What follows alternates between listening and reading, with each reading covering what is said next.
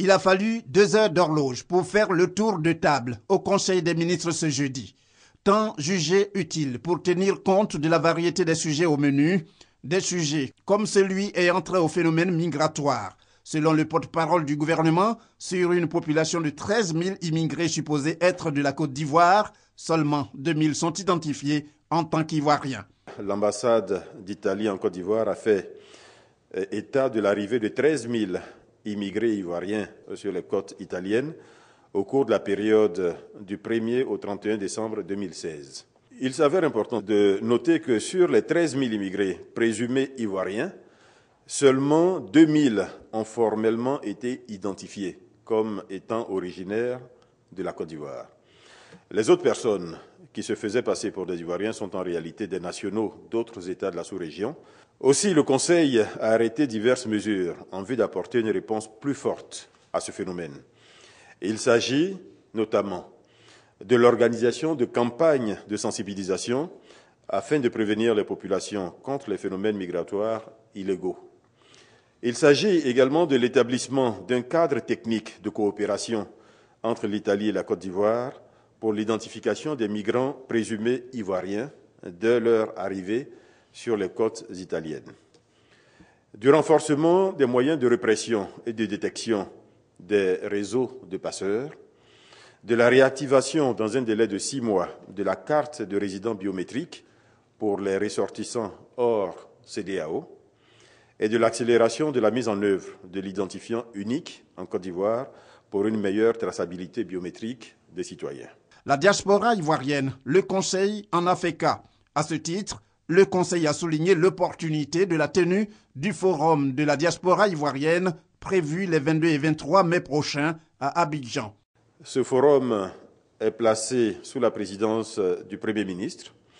C'est le deuxième qui se déroulera et il aura pour thème cette année « Diaspora ivoirienne, défi d'un retour réussi ».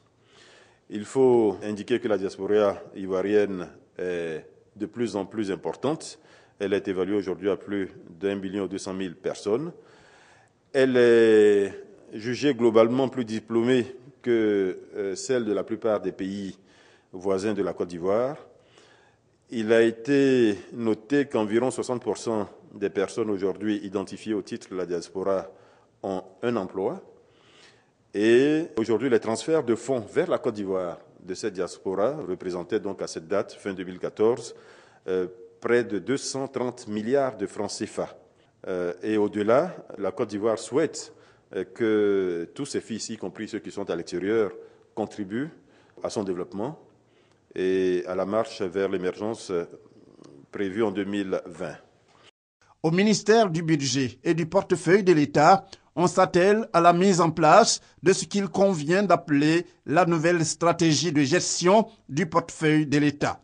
Une communication à ce sujet a été entendue lors de cette rencontre. La nouvelle orientation adoptée de la gestion du portefeuille de l'État s'inspire des meilleures pratiques internationales en la matière.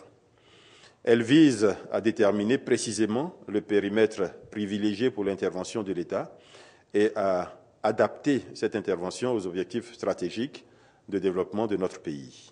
La santé, il en a été aussi question au cours de ce conseil. Il importe pour le gouvernement que le vaccin anti-rotavirus soit introduit dans le programme élargi de vaccination en Côte d'Ivoire. L'introduction de ce vaccin dans le programme élargi de vaccination s'inscrit dans le cadre de la stratégie mondiale de lutte contre les maladies diarrhéiques et les pneumonies chez les enfants de moins de 5 ans. Elle vise à réduire la morbidité et la mortalité infantile liées aux infections rotavirus telles que la tuberculose, la poliomyélite et la coqueluche.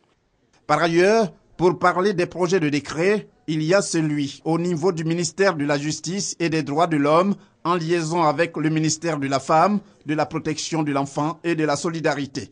Ce projet de décret fixe les missions, la composition, l'organisation et le fonctionnement du Comité national de lutte contre la traite des personnes.